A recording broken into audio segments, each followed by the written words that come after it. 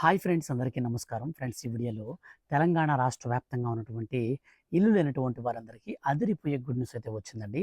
So మన యొక్క రాష్ట్ర మంత్రి పొంగులేటి శ్రీనివాసులు గారు ఇప్పుడు 20,00,000 ఇళ్ళనైతే టార్గెట్ అయితే పెట్టుకున్నారండి. ఈ 20,00,000 ఇళ్లలో తొలి విడత కింద కట్టేటువంటి ఈ యొక్క హౌసెస్‌లో మీకు ఇల్లు అనేది వస్తుందా రాదా? మీకు దీనికి సంబంధించిన అర్హతలేంటి?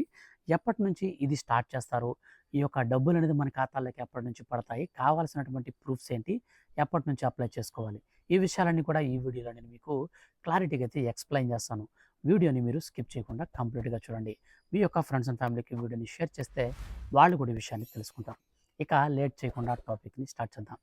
ఫ్రెండ్స్, తెలంగాణ రాష్ట్ర వ్యాప్తంగా ఇల్లు కోసం ఎదురు చూస్తున్నటువంటి వారు అందరికీ కూడా గుడ్ న్యూస్ అయితే వచ్చిందండి. సో ఈ యొక్క అప్డేట్‌ని నేను మీకు క్లారిటీగా అయితే చదివి ఎక్స్‌ప్లెయిన్ చేస్తాను. వచ్చే 4 ఏళ్లలో 20,00,000 ఇల్లు కట్టాలని టార్గెట్‌గా పెట్టుకున్నట్లు మంత్రి పొంగులేటి శ్రీనివాసరెడ్డి తెలిపారు. అవినీతి లేకుండా ఇందిరమ్మ ఇళ్ల నిర్మాణం చేపట్టాలన్నారు. ఇందిరమ్మ ఇళ్లపై అధికారులతో సమీక్ష నిర్వహించారు. పొంగులేటి శ్రీనివాసులు మాట్లాడుతూ ఈ సందర్భంగా ఆయన 10 ఏళ్లలో హౌసింగ్ సెక్టార్ను గత ప్రభుత్వం నిర్లక్ష్యం చేసిందని ఆయన పేర్కొన్నారు. ఇందిరమ్మ ప్రభుత్వం అంటేనే ఇందిరమ్మ ఇల్లు అని ఆయన పేర్కొన్నారు. అధికారులకు పూర్తి స్వేచ్ఛ ఇస్తున్నాం. పేదవాళ్లకు మంచి చేకూరేలా మీరే పనిచేయాలి. ఇటీవల ప్రభుత్వం చేపట్టింది సర్వే కాదు, ఎలిజిబిలిటీ ఆఫ్ ఇందిరమ్మ ఇల్లు పరిశీలన. దరఖాస్తుదారుడు ఇచ్చిన వివరాలు నిజమా కాదా అనేది పూర్తి బాధ్యత అధికారులదే. నిరుపేద వారికి మొదట ప్రాధాన్యమిస్తాం. పాత కాంట్రాక్టర్ అనుకూలంగా ఉంటే వాళ్లతోనే ఇళ్ల నిర్మాణాలు చేపిద్దాం. లేదంటే లబ్ధిదారులను గుర్తించి వారు నిర్మాణం చేసుకుంటామంటే నిధులు మంజూరు చేస్తాం. లబ్ధిదారులను గుర్తించడంలో చిన్న తప్పు జరిగిన కఠిన చర్యలు తీసుకుంటామని హెచ్చరించింది మన యొక్క రాష్ట్ర ప్రభుత్వం. గతంలో స్లాబ్ వేసి 3 సంవత్సరాలు గడిచిన లబ్ధిదారులకు నిధులు మంజూరు కాలేదు. అలాంటి వాటికి వెంటనే నిధులు మంజూరు చేయాలని రాష్ట్ర ప్రభుత్వం అయితే ప్రకటించింది. డబుల్ బెడ్రూమ్ టవర్స్ విషయంలో పూర్తి కాని వాటిని వెంటనే పూర్తి చేయడానికి మరో కాంట్రాక్టర్కు అవకాశం అయితే ఇవ్వాలని రాష్ట్ర మంత్రి పొంగులేటి శ్రీనివాస్ గారు అయితే ప్రకటించారు. అదేవిధంగా గ్రీన్ ఛానల్ ద్వారా డబ్బులు విడుదల చేయడానికి ప్రభుత్వం సిద్ధంగా ఉందని మంత్రి పొంగులేటి శ్రీనివాసరెడ్డి ప్రకటించారన్నమాట. సో ఈ విధంగా మనకు మొట్టమొదటి విడతలో 20,00,000 ఇళ్ళు అయితే ఇస్తారండి. ఈ యొక్క 20,00,000 ఇళ్లలో ఎవరైతే పేదవారు ఉంటారో సో వారికైతే ఇస్తారు.